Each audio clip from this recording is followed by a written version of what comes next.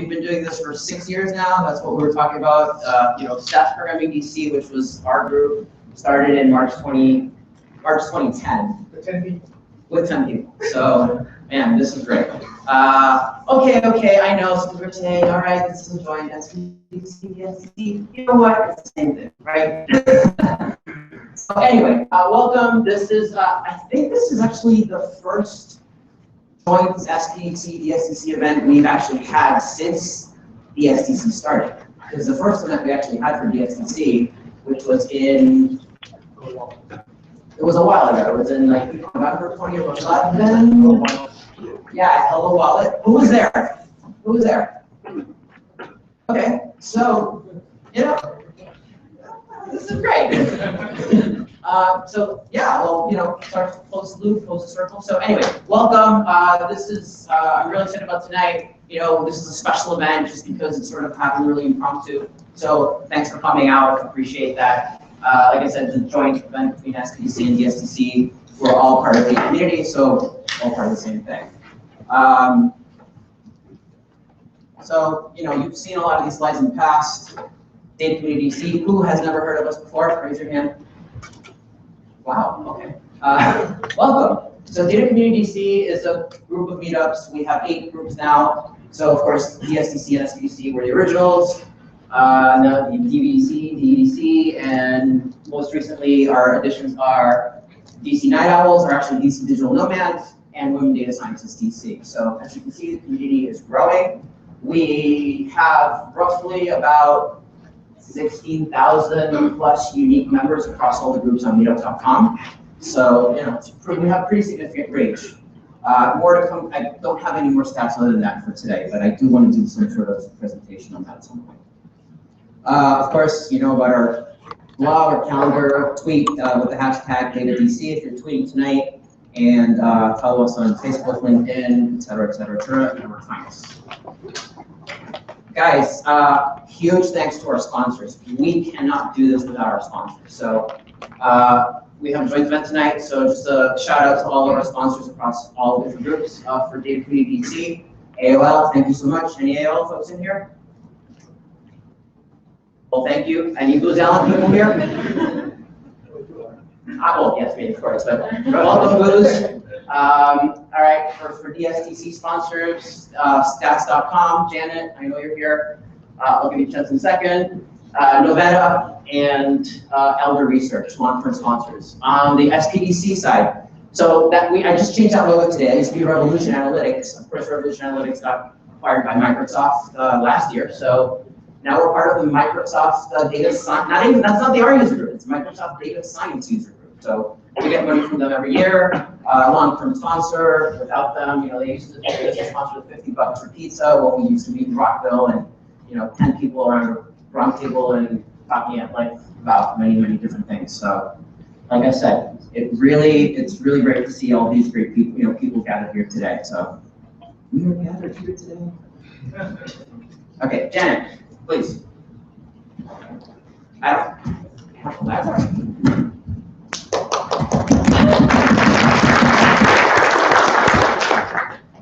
So from statistics.com, we do online courses in statistics. Tonight I was just highlighting some courses that we have that could help you if you wanted to get started on a Kaggle competition. We've got courses in, text mining, natural language processing with NLTK, sentiment analysis. If you needed to get started before that, we have courses in predictive analytics and intro to Python using analytics. We have a promo of Kaggle 20 for a 20% off discount on our courses. Have any questions, shoot me an email, jdobbins@statistics.com. Thanks. Thank you, Janet. Thanks for the support, really. Of course, we want to thank our friends here at GW from the Masters of Science and Business Analytics, whom without we wouldn't have this great room and access to being co-to the meetups. I think the fact that we have the events here and have access to this room that can hold that many people has been a key success factor for us as we've grown the group. So, really many thanks to GW and company. All right, here's where I get to do and who's an NPR listener in this room?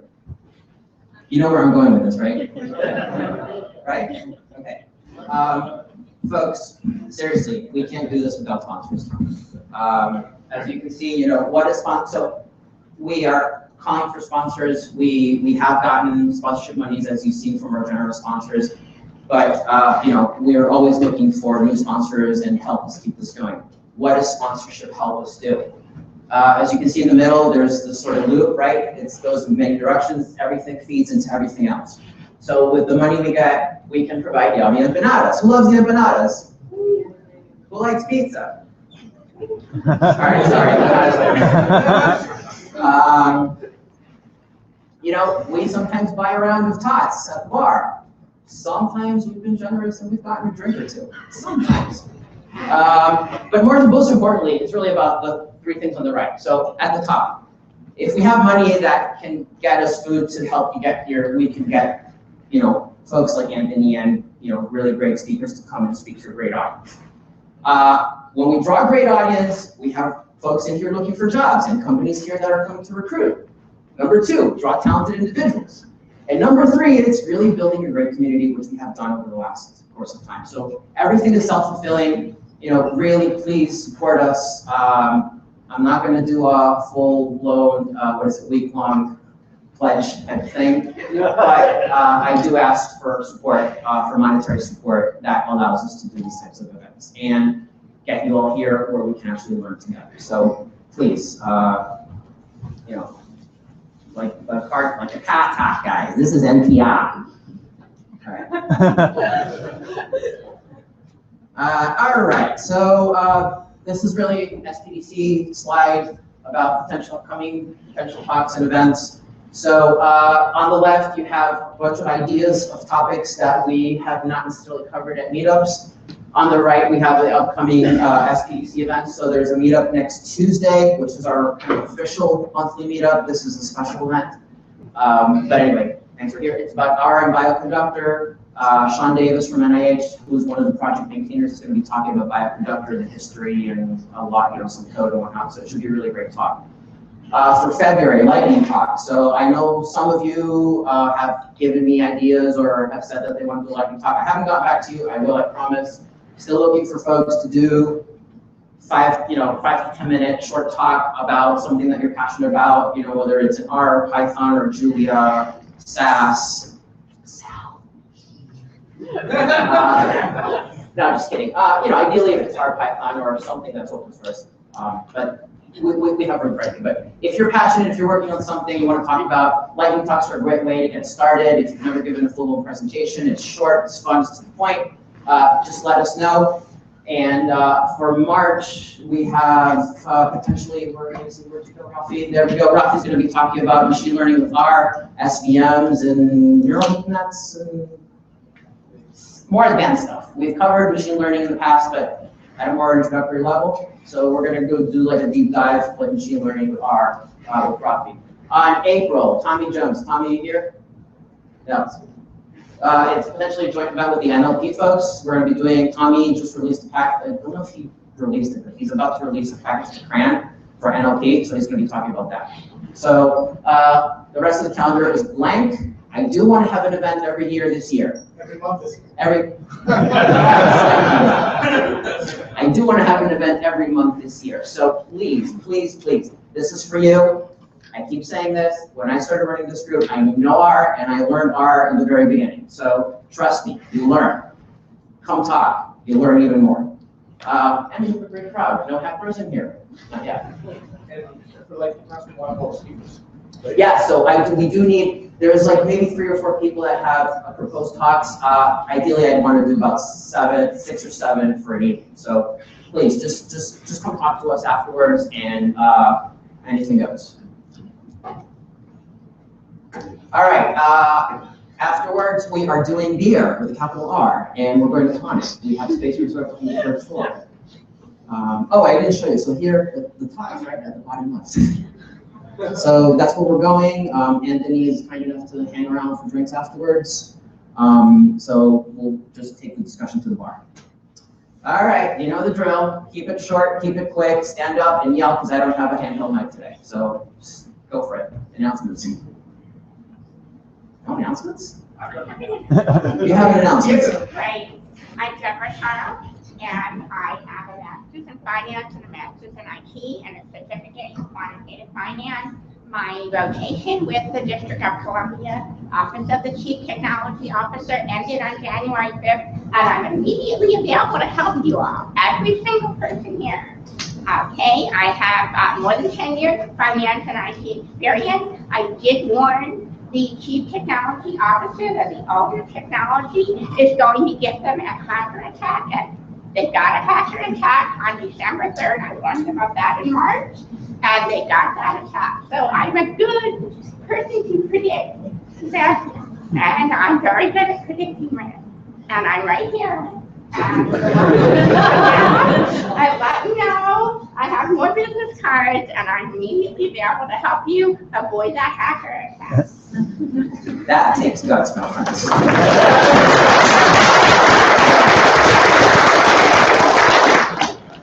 This is not for me, but I have a colleague who's looking for part-time analyst, and he's at the World Bank. So if you are also international, so that's an opportunity because you can work there. We don't need the work permit. So that's it. Okay, so analyst for the World Bank? Yes. World Bank? Yes. Okay. And the main thing is you have to be able to, of course, you have to be analytical and you have to be able to write. So analytical and to write. That's probably 99.9% of this room. Okay. But then I'll give you the easy then. Okay, for anyone who's making a job announcement, come down after the presentation, just hang out around here so people can find you. And just please speak up, because I don't, or I can walk around if you might. Hey everybody, I have data viz and data science students who may be looking for internships, a couple who are getting into D3 and a bunch who are very R competent. So if you have internships and you're looking for data viz students, preferably paid but not a ton of money, who you want to do some work and you're willing to go up and learn a job, learn some D3, learn some more R, please come talk to me and I'll hook you up. And question for you, because you've one thing to add, if we do have sponsorships or an interest in sponsoring, how do we do that? What is our first steps? We Come talk to me, Abhijit, to Harlan, to Susanna, to Sean. So our sponsorships, we can work with sponsors at multiple levels. We kind of have this the data community level sponsorship if you want to sponsor the entire organization, or if you have affinity to one of the programs, you can choose to sponsor a specific program. We're flexible, and just reach out to any of us, and we'll put you in put in touch with the right person. So thank you. Announcements, more announcements. Hi, I'm James. I'm a psychometrician at the Center for Applied Linguistics in Tenleytown. We're looking for data analysts. Honestly, it's mostly SPSS programming to some extent, but. Okay. All right. There's got to be more announcements. I don't believe that there's only like 3. Yes. Hello, everybody. My name is Tiger. Oh my God. Excuse me. Just kind of nervous. So basically, I'm looking for a data analyst job. I just finished my master's degree in marketing analytics from University of Maryland. So basically, I know how to use Excel. And then, You're in the right place. Yeah, thank you. And then R and SAS and SPSS, and then you can do the modeling and stuff. So if you know anybody who might have the position for me, or any opportunity, just come to me. My name is Tiger again. And then, right. Thank you. Okay. Yes. Hello, my name is Casey. I'm a full stack developer at a marketing agency called Cheap. We host a number of meetups, including the Data Viz meetup, which is part of the DA community. That's on Thursday the 28th, I believe. We're also trying our hand at hosting our first workshop. We call it Python for people who should know Python. So if you've been stuck with Excel, or you've mastered R or SPSS, and you know you should, but you've never really started that path, we're having a Saturday workshop on the 23rd. It's a error-free zone, so you can come ask all your dumb questions, and we'll get you set up in your local environment and just get you started. If you have questions about that, you can talk to me directly, or I'll post it in the comments section of the meetup. Thank you very much.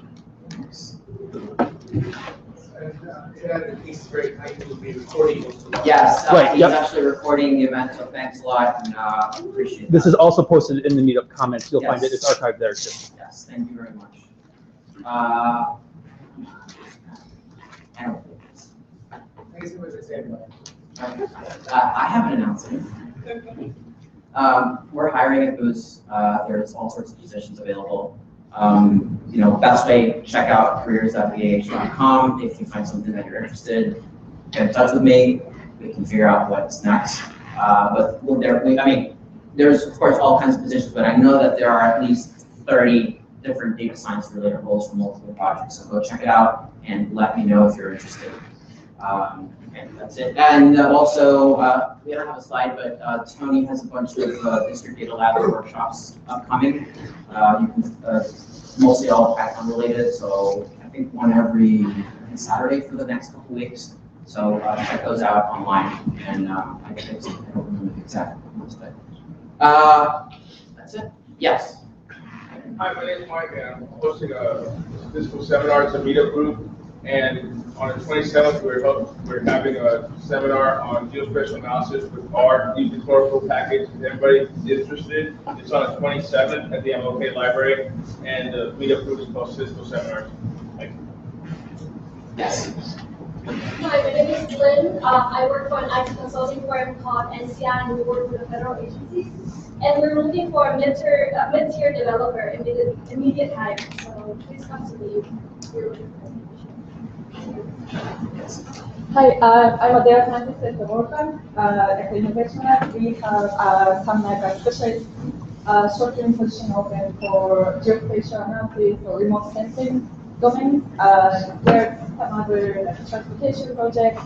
If you are interested, take it. All right. Anything else? Anybody else? Going once? Going twice? Come on. All right. Of course, I didn't introduce us at the beginning, but most of us, Abhijit herself for SDPC, and the rest of the clan, Harlan, Susanna, Sean, Ben, etc. For DSDC. You know where to find us. Get in touch with us if you want to talk. We're online. You know where to find us. All right. So now for the main event, which is what you're all here for, right? So I met Anthony when he had just started Kaggle back in 2011-ish or so, back at the first Strata conference. And then he was here a few months afterwards, and he actually gave a presentation to this group back at Oak Power, as he was saying. So it's almost 5 years. So it's really kind of exciting to have him back. And Kaggle was just getting started. The Heritage Health Prize competition was up, which was $300,000, which was huge for that point in time. So it's been really interesting to see sort of the evolution of Kaggle and sort of how Kaggle has helped people get into the space, learn machine learning, do data analysis, and sort of really build a platform for learning, for doing, and creating this community. So he emailed me last week and he said, "Hey, I'm going to be in DC. Do you want me to do a talk?" And I said, "Hell yeah." So I'm really excited to have him. And like I said, this is just part of the growth of the community, a testament to just having folks really want to come and talk about that. And the topic of tonight is what has Kaggle learned, no pun intended, about machine learning competitions. So without further ado, I'll let Anthony introduce himself. Please welcome Anthony.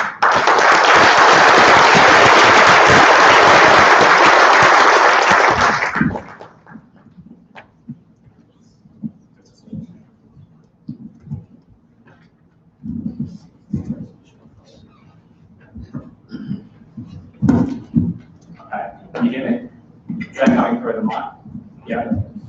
So, all right.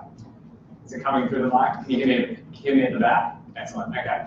So first off, as Mark said, I spoke at this meetup almost 5 years ago now, and it was not a room like this, and it was not a membership of 16,000 people. So I just wanted to start with a round of applause for Mark. We've done this through.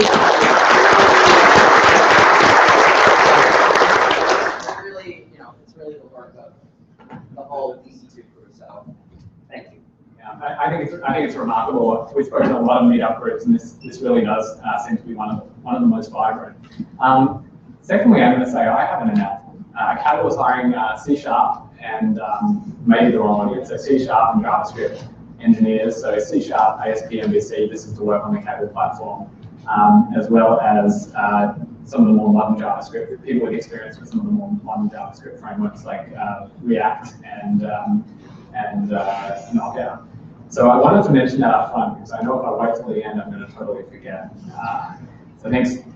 All right, so just a quick show of hands. Who has downloaded a Kaggle dataset before?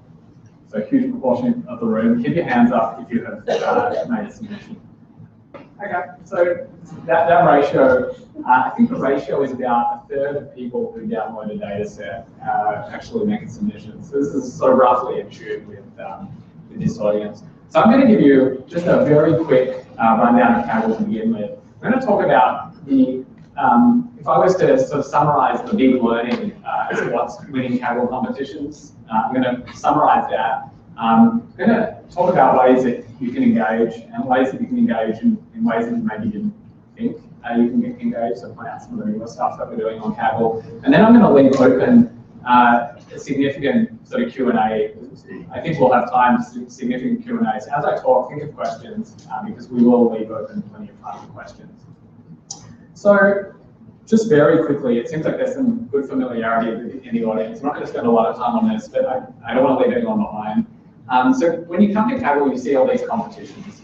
You see all these data sets, and they really range. So, you know, on this list, you've got everything from predicting flight arrival times for GE aviation all the way through to grading high school essays and predicting which chemical compounds are going to make good drugs. So a huge range, and I think that's one of the appeals of Kaggle is that you get exposure to all these different problems, data sets, and so forth. They always have the same format. So you have a training data set where, let's say you're a bank and you want to predict who's going to default on a loan. You'll take age and income, and you're trying to predict who's going to default. On the other half, we have a holdout set where we know the answers, but we don't reveal the answers. And people will make submissions, and you can make up to 5 submissions per day. And you show up on a leaderboard. And the idea is to sort of try and keep climbing the leaderboard. One thing that some of you may have, those of you who have competed may be aware of this effect. So one of the very interesting things that happens in competitions is, you know, very early on, you get pretty rapid improvements. So you start off, you don't have a very accurate model. The y-axis here is error, the lower the better, the x-axis is time. In this case, this is a problem for NASA's Jet Propulsion Lab. This is actually one of our very early competitions and one of our first successes. What they wanted to do was they wanted to take images of galaxies and detect algorithmically the ellipticity of a galaxy. So if a galaxy is distorted, there's this effect called gravitational lensing where if there's a lot of dark matter between the observer and the galaxy ends up being a bit stretched. And it's a way for physicists to map the dark matter distribution of the universe. Now the problem is that it's very difficult. The perturbations in the ellipticity are so small that it's quite hard to actually make those measurements. So they wanted algorithms that could very precisely measure the ellipticity of a galaxy. In this case, the first entry was made by a glaciologist by the name of Martin O'Leary. Who'd heard of glaciology as a discipline before? I hadn't. So it's a small handful in the room. So Martin, what he was doing was quite interesting. He made quite a quick breakthrough over the best that NASA's JPL had been able to achieve beforehand. The way he was able to make this breakthrough was, he was a glaciologist. He used to take satellite images and build algorithms that would detect the edges of glaciers, and it turned out that his algorithms were actually a pretty good fit for this NASA problem. So he made this very quick breakthrough. He was very happy because that breakthrough, as I said, ended up doing better than NASA had been able to do themselves, and he got posted on the White House Office of Science and Technology Policy blog. They wrote that the world's brightest physicists, because NASA is a government agency, the world's brightest physicists have been working on this problem, and in less than a week, this PhD student in glaciology was able to make this breakthrough. Now, Martin was very pleased. If you look carefully in the post, they reference Einstein's theory of relativity, they reference Newton's law of gravity, they're giving background on this problem of dark matter. So Martin, after he was posted, he had a Twitter account and he said, not that I'm bragging on nothing, but the White House has just compared to Einstein and Newton. So he was, but he didn't stay pleased for long. And those of you who have competed in competitions have felt this effect. You're doing very well, and then somebody passes you. And you can guess what happens next. So Martin has to go back and work harder, and then somebody passes him, and he passes them. And what eventually happens is, there's only so much signal in a data set, right? The data sets are noise, there's richness and there's noise, and there's only so much you can pull out of the data set. And so what Kaggle competitions are very effective for is basically pulling out whatever signal there is in the data set, basically pulling it out. And there are two reasons this happens. One is the Martin-O'Leary effect. Somebody who happens to have been working on a related problem is able to make a quick breakthrough. That breakthrough then shows other people what's possible, and it catalyzes so that others to try harder and try and beat them, which then catalyzes Martin to do better. And there's this effect where if you're working on something in isolation, you don't know when to stop. Whereas the competition sort of pushes you to keep going until there's nothing left in the data set. Incidentally, we always think Kaggle would we've actually made some of our data publicly available online. It's quite an interesting sociological, there's some interesting sociology or psychology or something, whatever it is. Our data set's quite interesting because you see effects like a lot of progress is made, and then you hit this kind of plateau where people aren't doing better, and then somebody makes a breakthrough, and almost immediately others will match that breakthrough. So there's something in the psychology of knowing that you can do better that causes other things rather than causes other people rather than to make incremental improvements to try bigger things. We call this the Roger Bannister effect after the 4-minute mile. So in 1954, I think the world record on the mile was 4 minutes and 1 second, and then Roger Bannister broke it in 1954. And then all of a sudden, everybody was running a mile in less than 4 minutes. There's something about knowing what's possible. So then, the way we know that we've sort of reached a genuine limit, that you really have got it's quite interesting that you really have gotten everything out of the data, is if you go back to this test data set that I showed before, you know you're at the absolute limit of what you can get when everybody's getting the same things right and the same things wrong. So there's a really strong correlation between all the top performers. They all sort of converge on the same answers, basically. Yeah, any questions before I go on? Sure. So since you mentioned dark matter, is there a common trend of dark competitors where everyone else is, in a sort of nice zone, and then out of the blue towards the end, somebody pops up with a stunning solution, or is it more of this sort of general trend? Yeah. No, so the question, I'll just repeat the question again, so that everyone can hear. So the question was, do we often see the case that some competitor comes from out of the blue at the end of the competition and to use eBay terminology, snipes? That doesn't happen. Our competition's now, Kaggle's now 450,000 data scientists. So our competitions will have somewhere between 300 to 3,500 teams.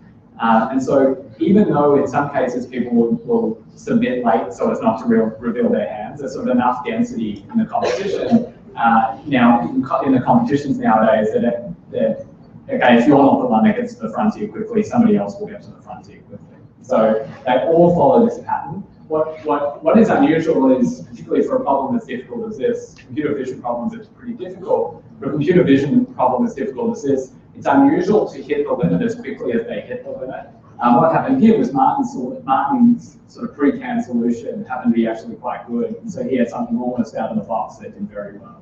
And so that's what meant that we got down to that limit much faster. I referenced the essay grading that we had done before. The essay grading is grading a high school essay using machine learning is very difficult. It took much longer for us to get to the frontier. And one of the asks in setting up a competition is figuring out exactly what the length is. Because the reason customers use us, or the reason companies use us, is because they want to get to that limit. And we don't want to shut off a competition before the limit is reached, but at the same time, we don't want to have it running for so long that the participants are sort of competing over the 6th decimal place. So there's a bit of an art to it. And just incidentally, while I'm on that, the reasons you might ask me why do companies host competitions is really I have a feeling this is going to happen again. Right, looking at someone wants to do it. All right, just in the back, thumbs up. Is it coming through the mic? No. Okay. No. Try again. All right, thumbs up, coming through. Yeah, very good. So the reason companies host competitions is really, I don't know whether it's 2 or 3 reasons. I'll give you the reason.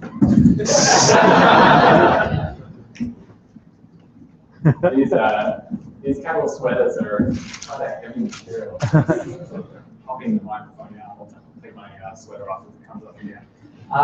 So the reason, so there's 2/3 reasons that companies will post a problem with us. One is our first Fortune 500 customer and still a company that we're very close with. It's Allstate Insurance Company. Now, one of the major parts of an insurance company's business is to predict claims or to predict risk. And so,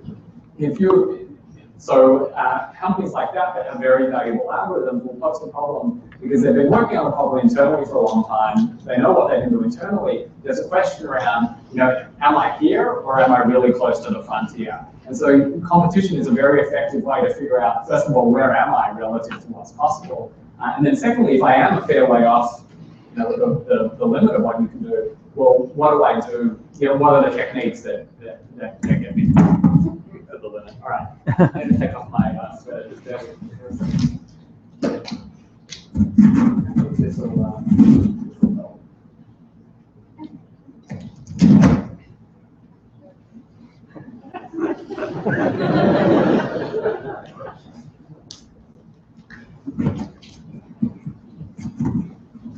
There was no artful way to do that. Okay, still thumbs up in the back? Yeah, all right, very good. I'm pretty confident this will not happen again. Okay, so the second motivation is, all right, so you have this, let's use an insurance example again.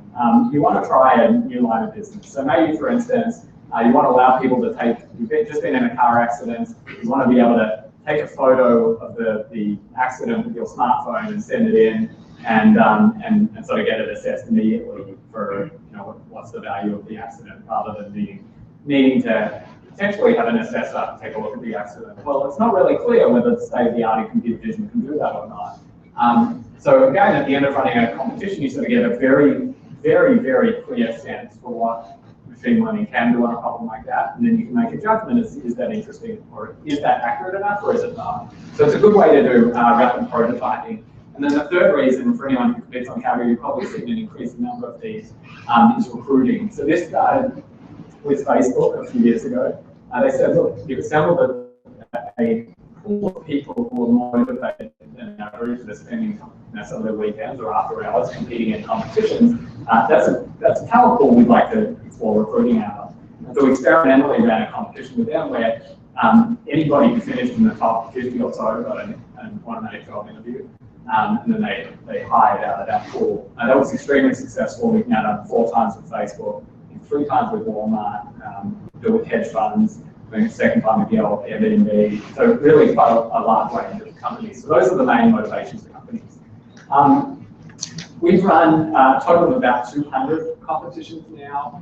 About 35 of the Fortune 500, so quite a significant range. And also, most interesting, I think, is the spread of industries and the spread of use cases. Machine learning, and they talk about general purpose technologies. Of the sort of current technologies under development, I think machine learning is the really exciting general purpose technology that really does, just like the internet, it really does apply across every industry. We also do in-class competitions where professors host competitions for their students. It works out quite, and this has been, I think we did about 200 this semester that is just finishing. We did about 200 machine learning courses, ran competitions. This is something, it turns out that instructors like to do this because you don't have to mark as many assignments, you just mark off all of them. So the community is about 450,000 now, and everyone's ranked based on participation in competitions from 1 to 450,000. So just as golfers are ranked, we sort of use a similar system. And this is actually, from the participant standpoint, Kaggle's now pretty well known as a credential. And so the rankings are sort of a high level. This tells you the combination of how much somebody has participated as well as how successfully they've participated. But actually individual competition results, and now some of the other things people are doing on Kaggle are forming a big part of people's credentials. And we're doing, on average, around 100,000 machine learning models per month are submitted to Kaggle competitions. So that's an enormous, if you sort of think it's 5 to 10 hours per model that gets submitted to Kaggle, that's an enormous number of hours being dedicated to competing in these competitions. So there have been a couple of very clear trends in what is winning machine learning competitions. And the best way to track this is we have a blog. So if you participated in the competitions, you'll know about the forums, and I'll show you scripts, which are very good ways to see what other people are doing. But if you haven't participated in a competition, there's we put the Reader's Digest version of what's winning competitions on our blog, just blog.kaggle.com, and it's a very good resource as far as just getting a bit of a sense as to we have these posts called How I Did It posts, and so the winners will post in some level of detail about their approach. One thing that is common among almost all competition winners, or those who perform very well, is they're almost always using really good software engineering practices. So at the very least, that's things like version control. So the way to think about this is, if you're not using version control, you've got to sort of keep track of, you're going to be conducting lots and lots and lots of experiments, what's working, what's not working. Having a really good system that is tracking what's working and what's not working is crucial. Also, not just relying on the leaderboard. So this may be obvious, it may be less obvious, but not just relying on the leaderboard, the public leaderboard. Because what we do is we switch from the public leaderboard to the private leaderboard to make sure people haven't overfit to the public leaderboard. And one trap you can often fall into, even accidentally, is you end up sort of optimizing for the score on the public leaderboard, which is actually not how you're judged. Ultimately, you're judged on a sort of second test data set. And so you see a lot of posts where somebody has written I'll explain this mechanism before I tell you what these posts are about. What happens is, always the deadline for a Kaggle competition is midnight UTC. And so what happens is, midnight UTC rolls around, and we switch over the leaderboard from the public leaderboard, which gives people some indicative feedback on how they're doing, to the private leaderboard, which gives that's what we have the second test data set, and the private leaderboard shows the results on the second test data set. So what we see often is, say if somebody's first time to a Kaggle competition, they're coming first, or they're doing really quite well, they're sort of in the top 10 or the top 30, and then midnight UTC rolls around. If they're in a time zone where they have to stay up late, they stay up late, 3 a.m., they're clicking refresh. They're looking to see themselves in the top 10. They don't see themselves in the top 10. They keep scrolling. And they've finished 120th. And you'll see if you Google overfitting in Kaggle, there are a lot of blog posts written about how I lost 100 places in 1 second. That's a very common title. And the issue here is that what they've done is they've tuned their algorithms they've actually built decent algorithms, but they've sort of overtuned them or overfit them to the public leaderboard. And so when we switch to that second test data set, the algorithms they've not generalized. And so another a lot of top Kaggles will actually rely on their own cross-validation, which means testing within the training data set, and typically testing on different subsets of the training data set, rather than it's fun to rely on a public leaderboard, but it's not as effective as relying on the cross-validation within the training data set. So those are a couple of things that generalize. Really interesting, just a show of hands who's had a deep learning such neural networks. Okay, so about half the audience. It used to be the case that there was only ever one approach to winning Kaggle competitions. Now there are two approaches, and I'm going to talk about both of the approaches as well as giving you a bit of an intuition into the types of problems that each of the different approaches work on. So the first approach is what I would call when there was only one approach, this was the one approach. And it's I'll call it the handful of features approach. And it really involves three very simple steps.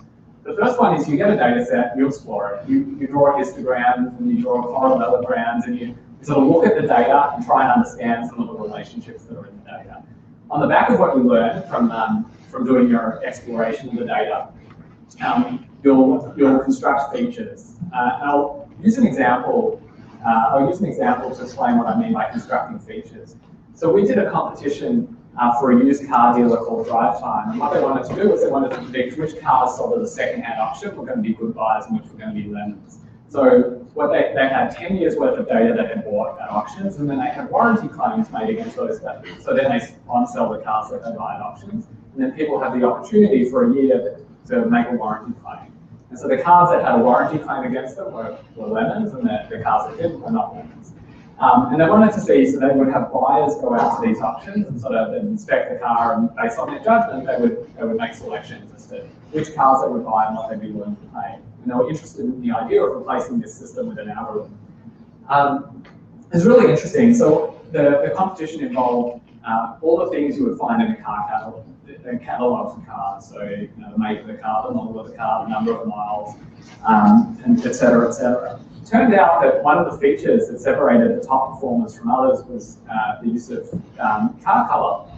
So if you had standard color cars and unusual color cars, it turned out that unusual color cars were more likely to be reliable than standard color cars. So the intuition there is if you're the first buyer of a purple car, an orange car, or some other color car, you're probably an enthusiast, so you look after the car better, so by the time it's sold at a second-hand auction, it was a good buy.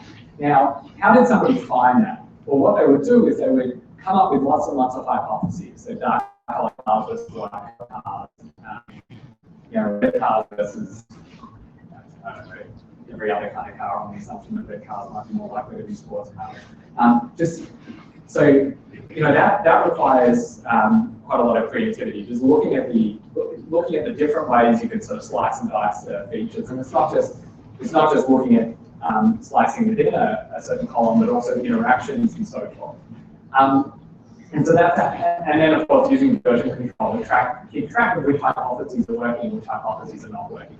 And so that's what I mean by creating features. So it's looking at the data, coming out with intelligent hypotheses, and then being able to test them in a statistically rigorous way.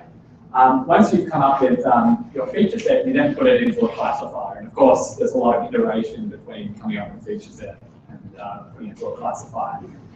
It used to be the case that almost every competition was run by random forests with a little bit of gradient boosting machines. Now, by far the most successful classifier on Kaggle is XGBoost. Just show of hands, who's heard of XGBoost? Okay, so a relatively small portion. So XGBoost is gradient boosting machines that it's a really nice implementation of gradient boosting machines. If you're going to learn one algorithm, and well, OPD, the random forest, or XGBoost, both of them are super user friendly. They're pretty robust for overfitting. If you're familiar with things like linear regression and logistic regression, those algorithms require a lot of assumptions. And the really nice thing about so just to give you a quick sense of XGBoost and random forest is what they are is they're ensembles of decision trees. So the first with random forest, with gradient boosting machines, the first decision tree is okay. It will get you it'll do okay. The second decision tree is trained in order to find the error from the first decision tree, and the third decision tree is trained to find the error from the first two decision trees. And so what you eventually sort of zero in on kind of all the error you can find, at least within the feature set you have. It's a really powerful algorithm, and really actually quite simple.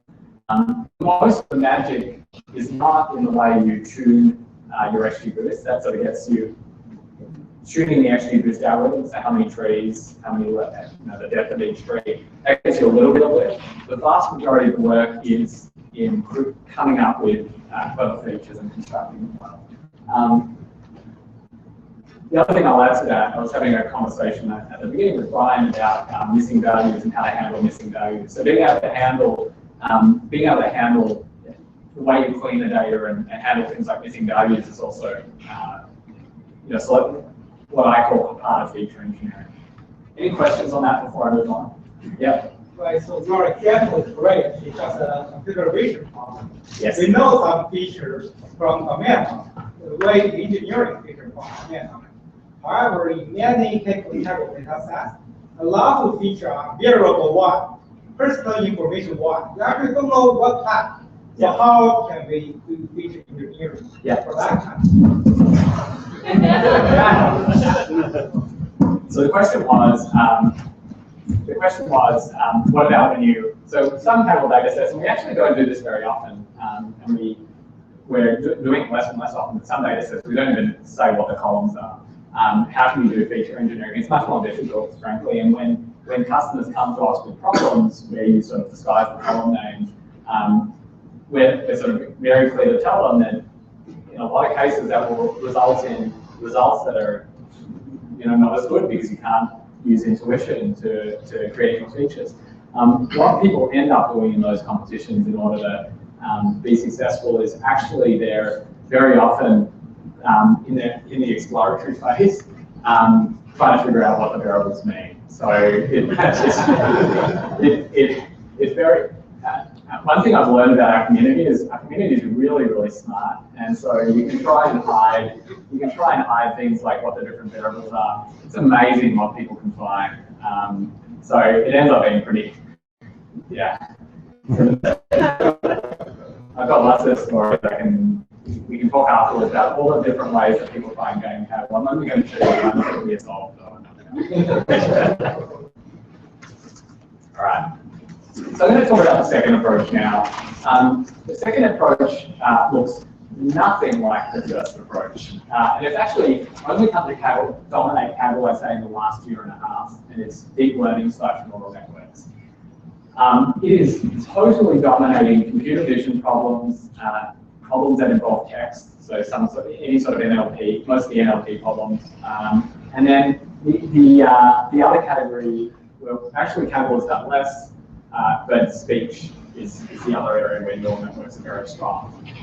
So with neural networks, people are not spending any time coming up with features, like none.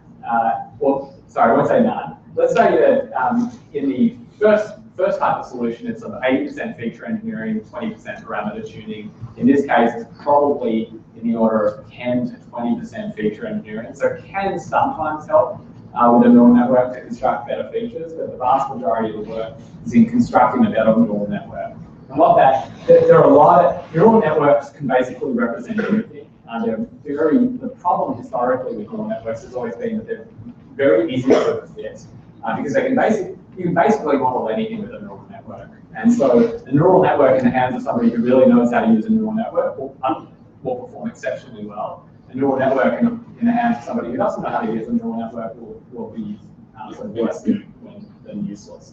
And this is a lot different from XGBoost. XGBoost and Random Forest are very, very easy algorithms to use. So what are people doing when they're constructing their networks? Well, this is, by the way, when we talk about deep learning, we talk about, this is a neural network that has an input node, a hidden node, and an output node. Typically, when people talk about deep learning, they're talking about networks where you have many, many, many hidden layers. And so a lot of the decisions that you're making are things like how many hidden layers, what are the connections between the layers, what are the activation functions. So when you take an individual data point and you run it from the first layer to the second layer, what actually is the function that transforms it. So it's all sort of mathematical voodoo as opposed to sort of intuitive coming up with ideas. The first, this is actually a point of pride for Kaggle, the first time neural networks won a competition, or deep learning won a competition, was actually the Geoffrey Hinton's lab. So Geoffrey Hinton is the creator of deep learning, and a really fabulous story. So he was one of the initial architects of neural networks, and they were very popular. They had been extremely successful on digit recognition. So I think places like the US Postal Service used to use neural networks in order to take handwritten digits and classify and sort of figure out this is a 1, this is a 6. And so what they used to do is they used to use it for automatically, remember we all had to put the numbers in the little boxes.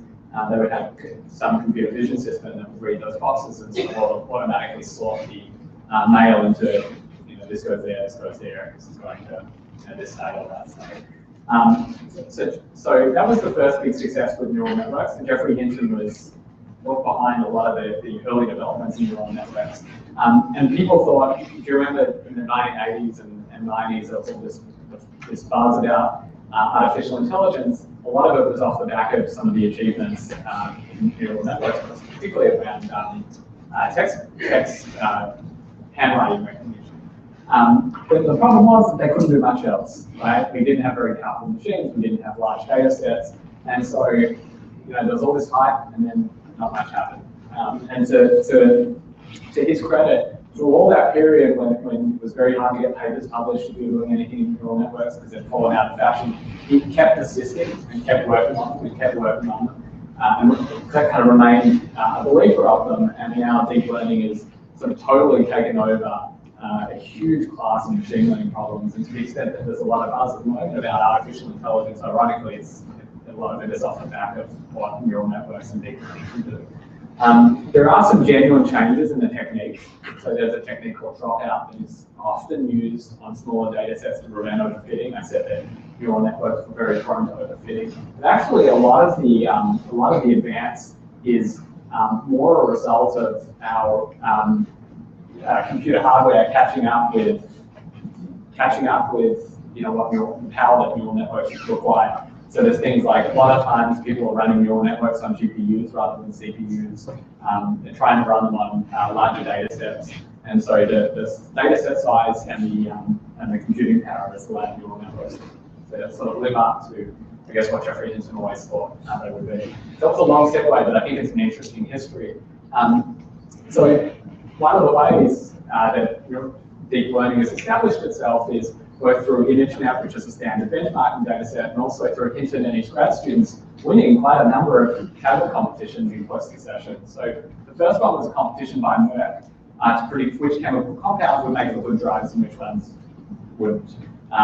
So what doesn't make for a good drug? Something that's toxic. So what Merck do is they can take all the chemical structures that they've tested in the lab over the last 15 years, and they know this one's toxic and that one isn't. Can you predict the compounds that never tested before which ones have a high probability of making for good drugs?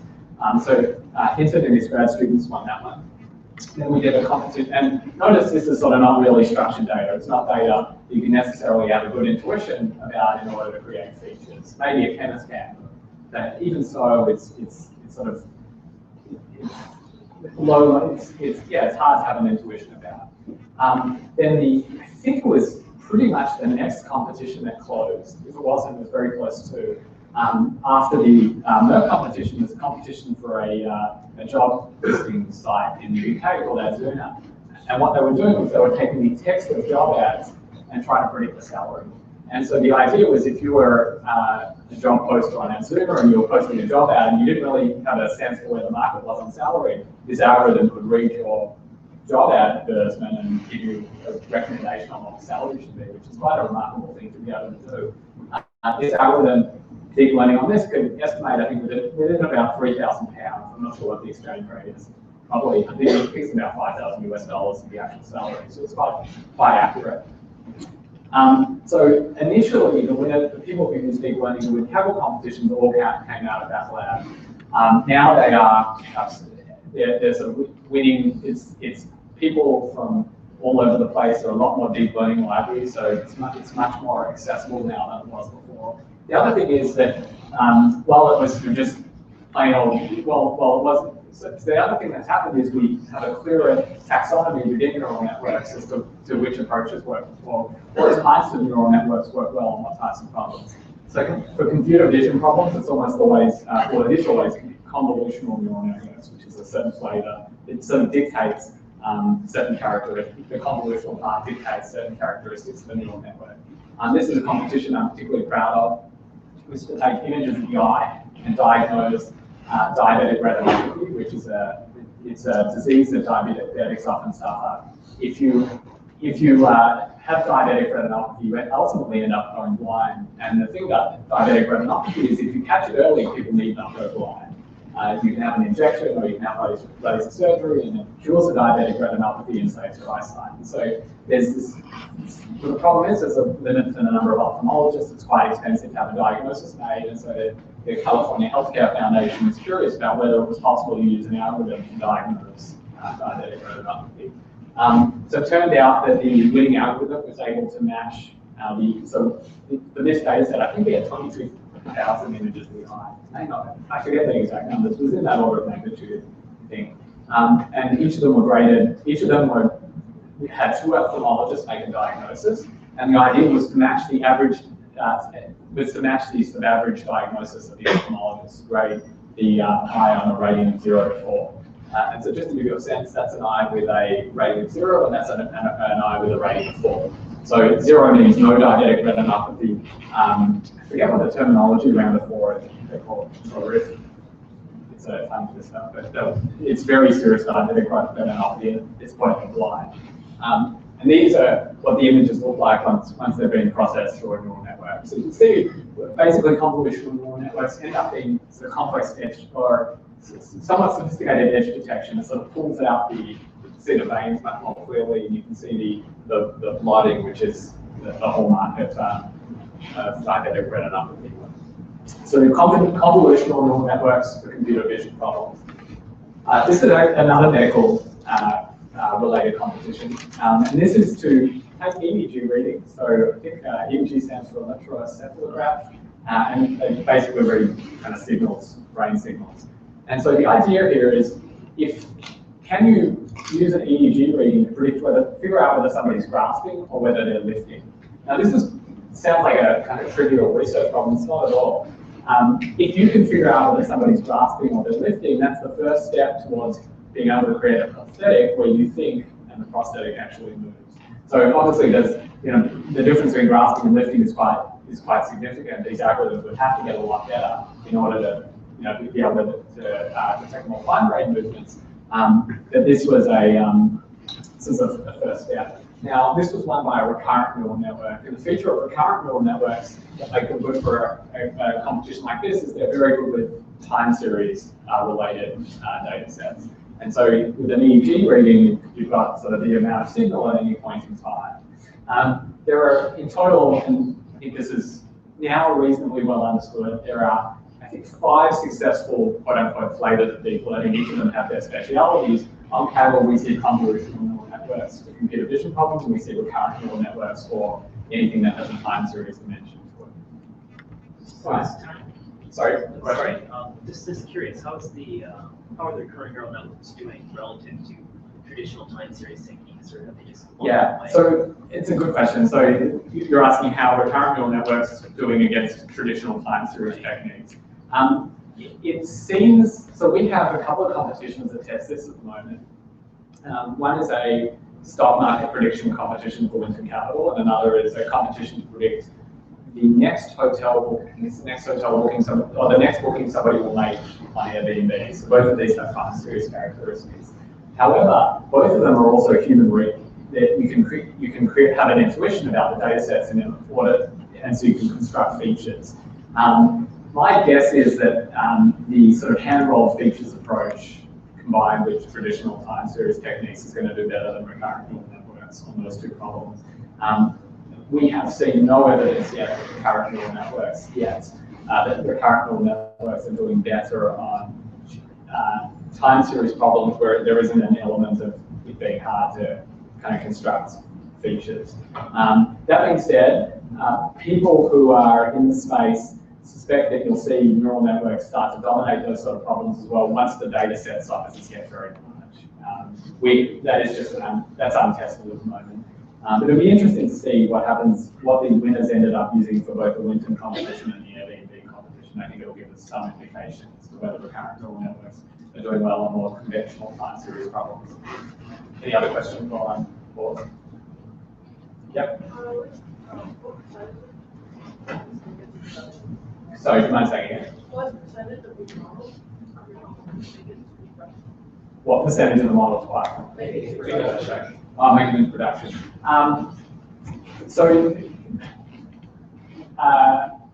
It's a hard question to answer. So let me tell you about the sort of post-competition process, and then I'll give you some anecdotes as to the various ways the model ends up getting used. So very often, what happens is that at the end of the competition, say competitions run for 2 months, and let's say people got to the frontier. By the way, the case I didn't repeat the question was, what percentage of models make it into production? So what will sometimes happen is the winning model will be quite a complex model, and a more complex model than you would want to put into production. And we have two solutions to that. One is that we typically actually don't award one prize. We award prizes to the top 3 or the top 5. And we do that so that customer has, it's really the difference between first and fifth nowadays is very rarely statistically significant. They're both sort of very similar to each other. And so that gives the customer a choice between the 2 algorithms. The other thing we do at the end of a competition, what a customer gets is they get code, they get documentation that sort of explains the code and explains the staging method. And they also get we do a screen share presentation between the winner and the customer. And so what we're trying to do is we're trying to mimic the relationship between the data science team and the software engineering team that's seeing into production. So very often, what a company internally will look like is you'll have a data science team that prototypes models and they sort of toss it over the wall to the software engineering team who will get it into a production system. And so we're sort of the data science team part of that process. So sometimes we have no visibility into what happens. In a competition like this, it will be the case that an academic paper will be written, but it'll typically be written on a simplified model. So what we always ask the winners to do is, okay, so your best model scored X. Is there a model that only used 5 or 10 features in a single classifier that scored 99% of that level? And that's the model that will get published, or that's the model that will end up getting put into production. So it ends up being sort of a slightly simplified version of the winning model. I have this thing that makes my for nighttime, yeah. For nighttime, it makes my screen go a sort of more pleasant color.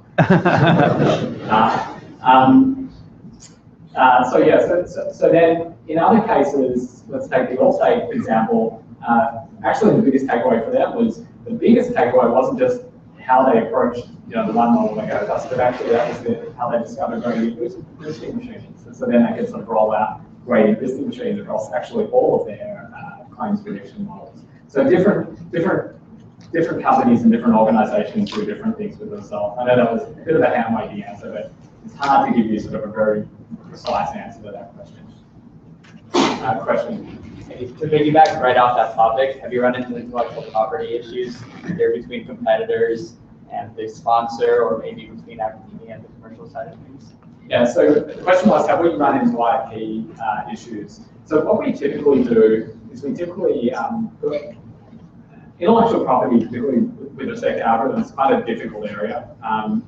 What we tend to do, our default is the company sponsoring a competition gets a non-exclusive license over the winning solution, which typically ends up being enough. The reason being is they control the flow of data, so actually the algorithm is not terribly useful. And if you go for an absolute license, that can be much more difficult legally than a non-exclusive license. So that's a lot of the way that we sort of try and mitigate a lot of the IP issues. We haven't really, I mean, the prize money is not really big enough that you sort of have legal spats between teammates and things like that, thankfully. So nothing like that. But actually, what I might do is I'm going to continue. I just want to finish. There are a couple of aspects of the presentation I want to get through. How are we doing for time? Yeah, okay. So I'm going to speak for about 5 more minutes, and then I'll promise to take as many questions as Mark will allow. So I will come back to you. I just want to make sure that I do get through some of the things that people might find interesting. So, okay, so how do you engage? I've spoken to you about Kaggle. I've given you a sense for some of the accomplishments of the community, some of the things you might be able to learn. So how can you engage? I actually am going to switch into my browser. And you see the website? Oh, excellent, great. All right, so this is what the competition listing page looks like. You can see all sorts of different problems. So if you're relatively new, what proportion of the audience would say this is relatively new to data science? Yeah, okay, so a good portion of the audience. The place to start is we have these getting started competitions, and they're really quite simple. This one is to predict who survived the Titanic. based on things like age, sex, fare of ticket. You can actually get a model that, if you build a model, here's a hot tip. If you build a model that says if female then survived, if male didn't survive, you'll have an algorithm that predicts with 80% accuracy or something. So it's not going to win, but it'll be respectable. It's also a particularly simple data set. You can actually start in Excel. I know some people mentioned earlier that Excel was there full of choice. Well, you can build an algorithm in Excel and get started. And they're also getting started tutorials that Python and R and random forest and so forth. So that's a very, very easy one.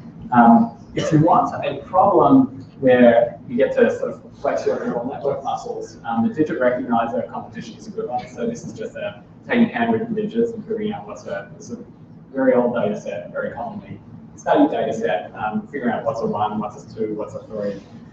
So that's another entry-level competition. And I'll show you this soon, but on the forums and on this section of the cycle of scripts, there's tons of code examples that you can just take and build on top of, which makes it very easy to get started. So if you are the next level up and you're looking for more of a hand structured feature problem, I think you'll find the Airbnb one is probably going to be one like that. So this is predicting people's next travel experience. If you are looking for a way to a neural network problem that's more of the intermediate level. Well, this is intermediate to hard, I should say. This is a Yelp problem to take photographs from their restaurant reviews and actually be able to describe whether or not, Yelp give you attributes of restaurants, so, good for families, quiet, loud, etc. They want you to try and predict from the photograph as many of those attributes as you can. And maybe I'm being a little bit generous in saying it's an intermediate competition. It's intermediate to hard, I would say. And if you're looking to tackle something really hard to get famous, this is a problem run by Bruce put it together, and it's with partnerships with NVIDIA and the NIH. And this really is pushing the very limits of machine learning. So this is a competition to take fMRIs and basically diagnose heart failure. So this is something that cardiologists spend a huge proportion of their time doing. This is a difficult problem because MRI images, it's not just a single image, but I think it's about 30 images, so it's kind of like a time series. So whereas a single image, the competition that was a single image, convolutional neural networks would win, this will probably require recurrent convolutional neural networks. So it's cutting-edge machine learning. And the other thing is that, I mentioned diabetic retinopathy. That was a competition we were very proud of. It can save a lot of people's eyesight. Heart failure is probably the number one killer. So this has also got, as well as being interesting from a machine learning perspective, it also has really real-world consequences. And then also the Allen Institute, so this is Paul Allen's Artificial Intelligence Institute, is kind of keying off some of the things that IBM Watson did with Jeopardy. This is, can you pass an 8th grade science test? So this is basically the data set of things like Wikipedia, and you're trying to answer science questions and 8th grade can pass. And so the idea is, well, we passed, I believe we've had built artificial intelligences that can pass lower grade, 4th grade tests, and we get up to the 8th grade. So that's another one that's pushing the cutting edge. Given that a lot of people here are interested in learning, I thought I'd show an element of the Kaggle site that I think is interesting and worth, certainly, actually at all levels of data science, I think is very interesting. So just to set this up, this is again the digit recognizer competitions that taking handwritten digits and trying to figure out which digit is which. Now I mentioned that we have forums, and these forums are incredibly active. So people share a ton of tips and ideas, and also don't be shy, ask questions. People are pretty good at answering questions. So one thing that people used to do on Kaggle, and we noticed a lot of this, is they share code. So in this case, you can see somebody's shared their sample neural network code. In order to get it running, you have to have the same version of Python that is running. So you need Python 2.7 or 3.4. You need pandas, scikit-learn, matplotlib, numpy, nodelearn, and lasagna. You may even need the same versions of those libraries that he's running. You've got to hook it up to the data. Take a good couple of hours to get this running. And so what we have done is we've actually created this really nice computational environment on Kaggle. So rather than having to set up an environment that mimics the environment that somebody else's code was shared in, you'll see here we have an R, Python, or Julia environment. And you can just, the data is automatically read in and you can start coding immediately. And it's free to use, and the condition is that anything you use it for is shared publicly. And so now we have this very interesting large code repository where people are kind of sharing code and ideas on different data sets. So this example, for instance, this person has written a random forest. And they've used a random forest to classify their digits for this digit recognition problem, but then they've gone a step further. They've created a nice diagnostic so that they can visualize how well their algorithm is doing.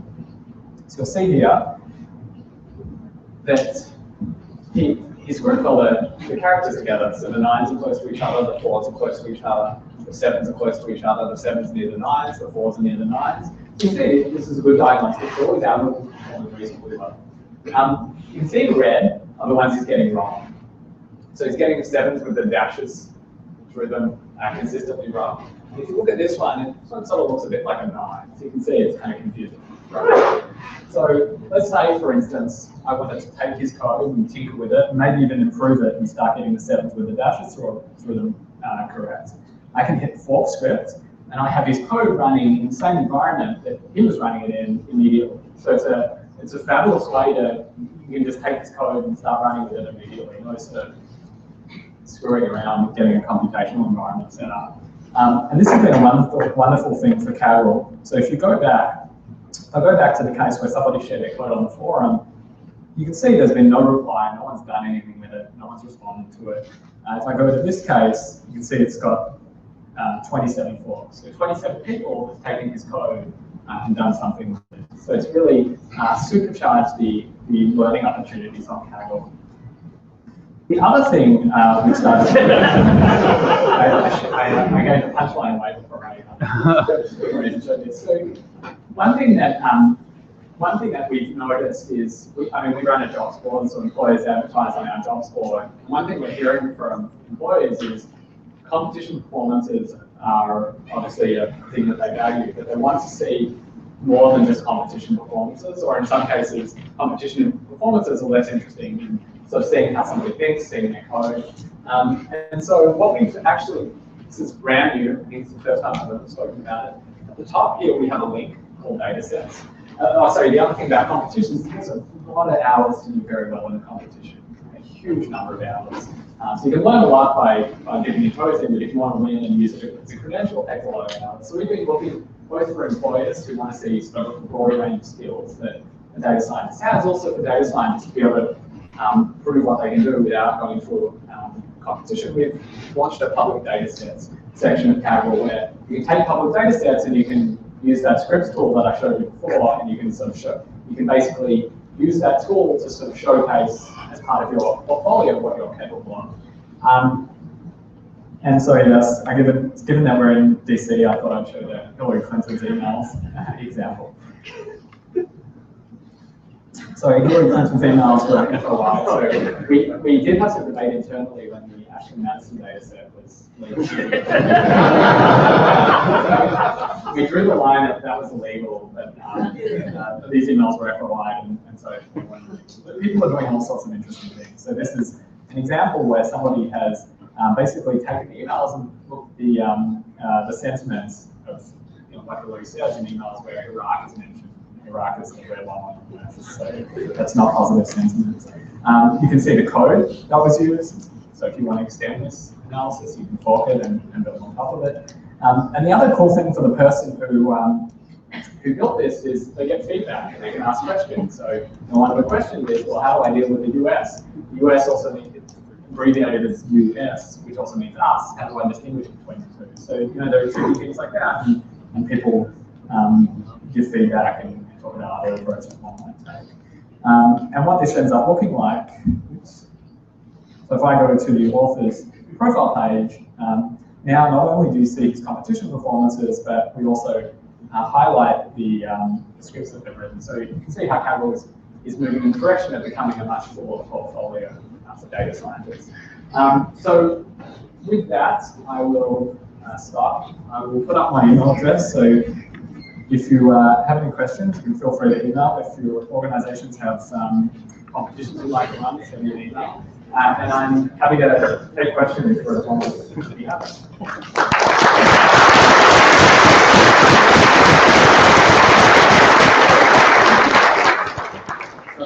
I know I cut off a question from over here before, so I was going to take that one first. Yeah. I see that for Kaggle, people work as a group or they have individuals.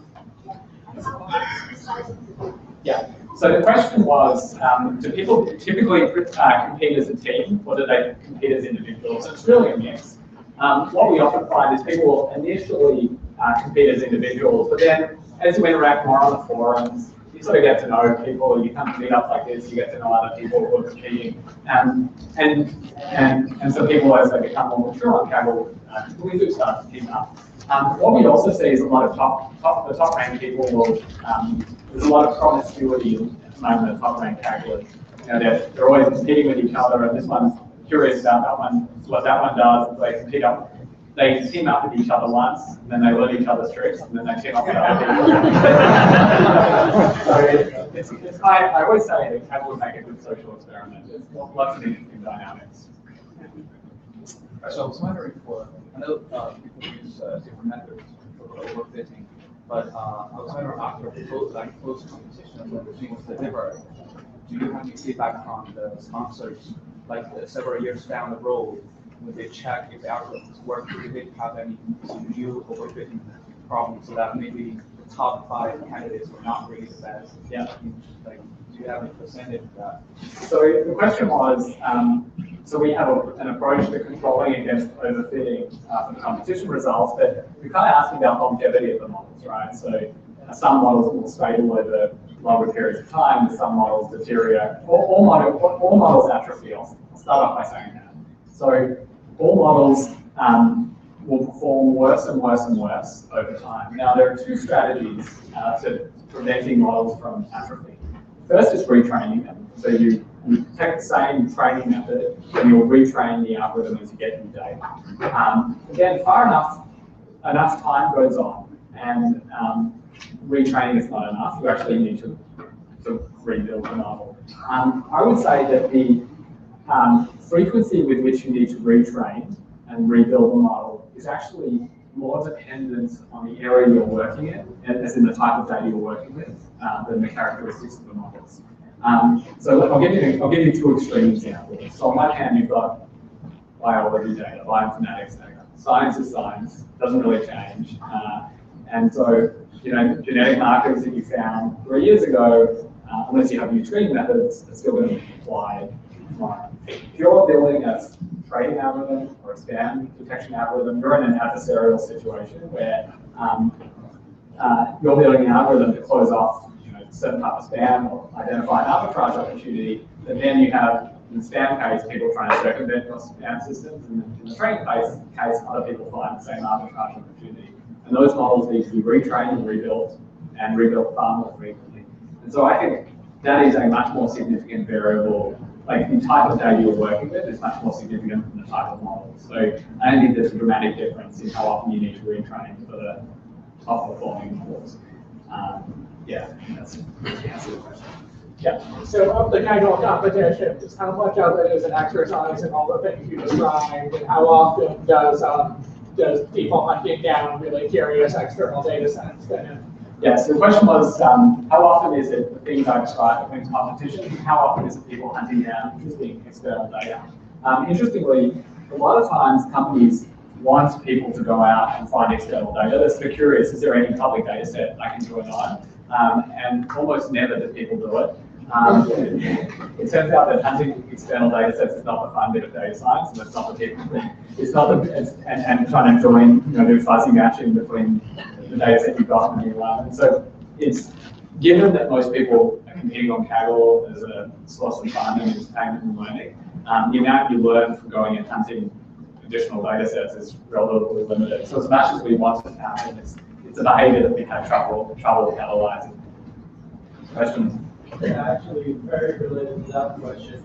Have you played around with a hidden data set? In the real world, go to look at the data and see what you're really missing, and you'll find that even within the same company. So it's not always that clean in one data set. So have you played with only people who really have experience like digging in, really know what's missing to get this extra data set? Yeah, so the question was, are we, the real world is very iterative. Actually, the way it's iterative is problem setup, right? In order to run a Kaggle competition, you have to have a very defined problem. And a lot of the iteration actually happens, some of it is, finding additional data sets, but actually iteration on the problem definition. Actually, we find having to fit your problem into a Kaggle competition format is a very good forcing function for making sure you define your problem very specifically. Because you have to know what's the target variable, what are the features, what is the evaluation metric. You have to be super clear on all of those things. And if you're not super clear on all of those things, then we can't run a competition. And so it's a very good forcing function. We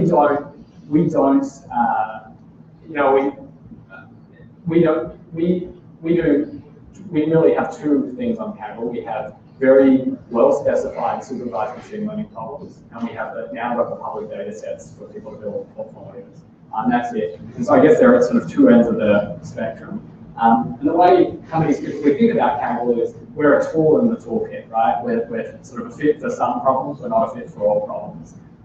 And so we're a fit for the problems that can be specified, are at the point where they can be specified clearly. Yeah. I'll take a question from that.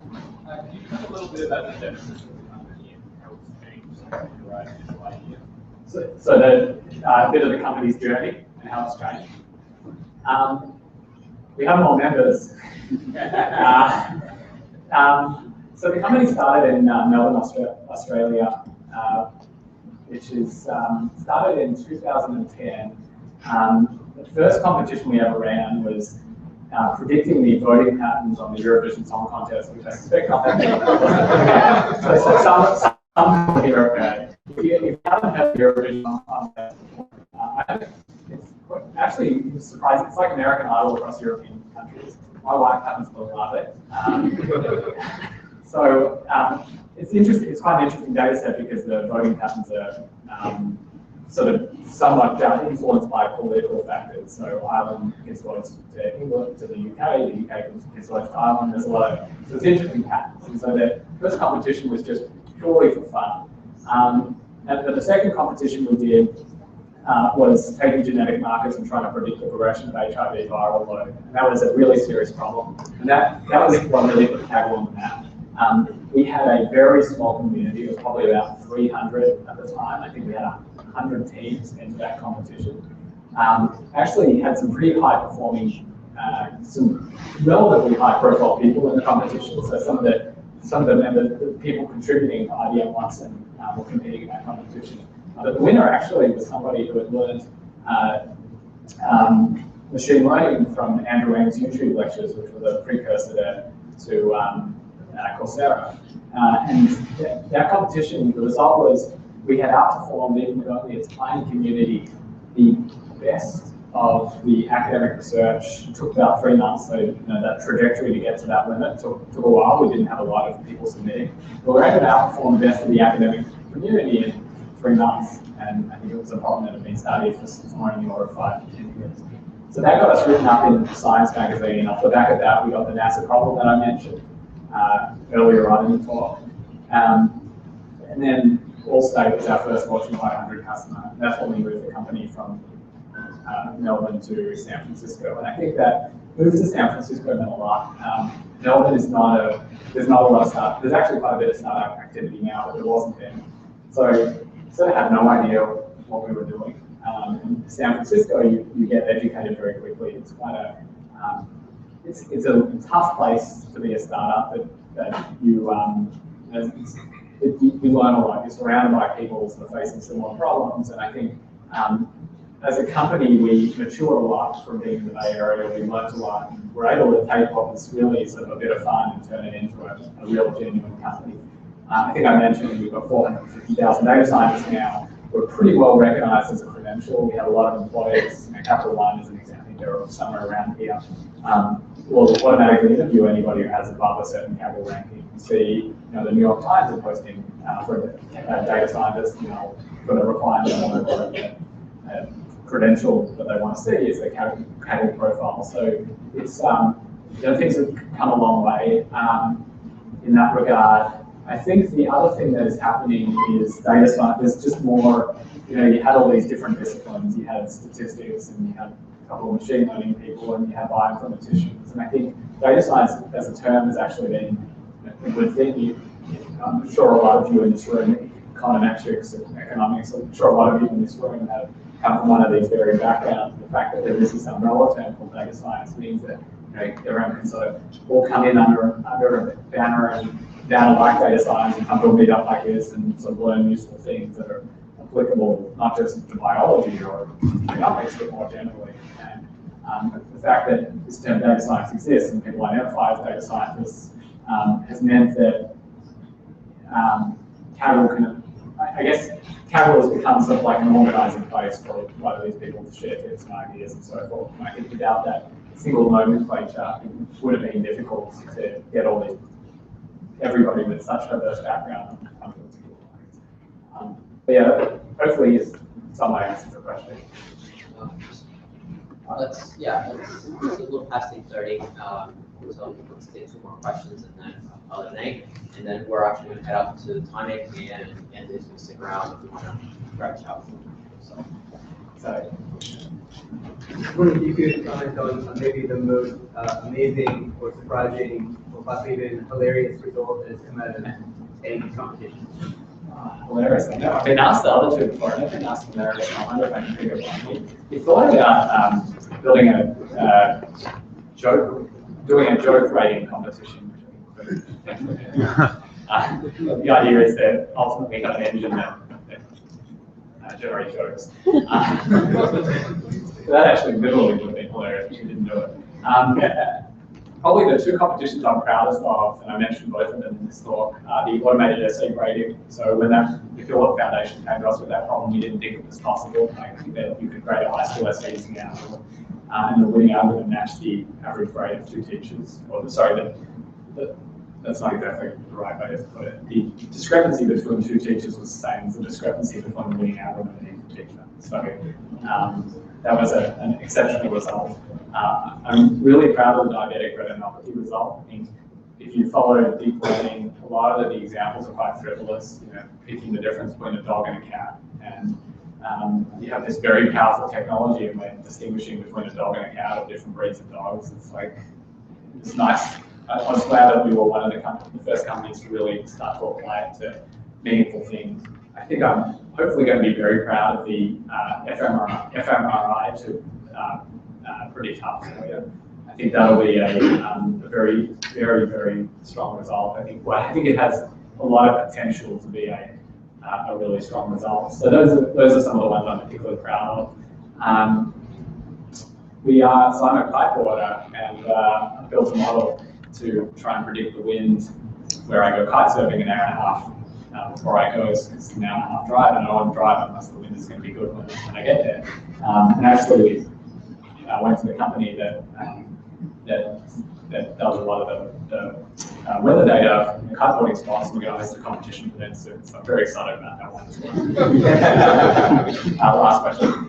I was wondering if you could talk a little bit about any competitions that did not go well, or that you didn't get good results, and if there was any commonality between those, like what kinds of problems that models are not done well. Yeah, so there are two reasons competitions fail. One is human error, and we lot fewer of those than they used to be, and the other is there's no signal in the data. So I'll talk about the first one first. So sometimes you'll host a competition. I'll give you an example. We almost put up a data set to predict prostate cancer. It's very early days of cancer, where you'll try to predict whether or not somebody had prostate cancer based on all these different survey variables. One of the survey questions was, if you have prostate cancer surgery, which very closely is a good match. You have prostate cancer. So that's a very unsubtle version of a problem called leakage, where basically there's something encoded in the features that give away the answer to the. Now, that's a very obvious example of leakage. Very often leakage is much more subtle than that. And unfortunately, we're having a very smart community. If there's leakage in the data set, it will get found out. So things like modeling row number against the target variable, people will always try that in case we know to randomize the row order that we got bitten by that in the very early days. The file name, you've got to scramble the file names. You never know what the file name will say. It's images. There are all sorts of ways where leakage can creep in. And we have a pretty good checklist at this point, which actually I think we should probably publish because I think it'd be useful for, we've seen a lot, probably more problems than just about any other company. And so we should probably publish that at some point. The other way, competition, and so those are a problem sort of back in the day, actually, probably more when I was setting up competitions. We hire a lot of competition winners from Kaggle, so they're very good at setting up problems in ways that we don't have those sorts of issues. The other way we have issues is if there's no signal in the data, and I actually don't consider that a failure. I consider that a learning. So we hosted a competition to take tweets, for instance, and predict personality time. So psychologists have, what do they call them, the big five personalities. And we actually couldn't find any signal. Can he take people's tweets and predict personality? No one could find any signal. The best result was random. Actually, it turns out that researchers have been able to solve that problem since. The trick is you need a certain volume of tweets before you can do it. You actually can do it with some level of accuracy. So you can get a little bit of signal out of that data set. But given the version we hosted, there was no signal. So yeah, those are the two failures. I think we'll end there. Thank you very much.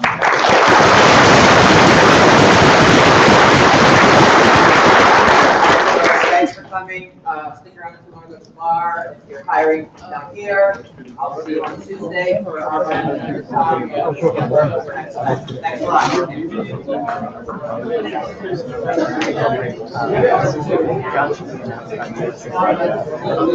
lot.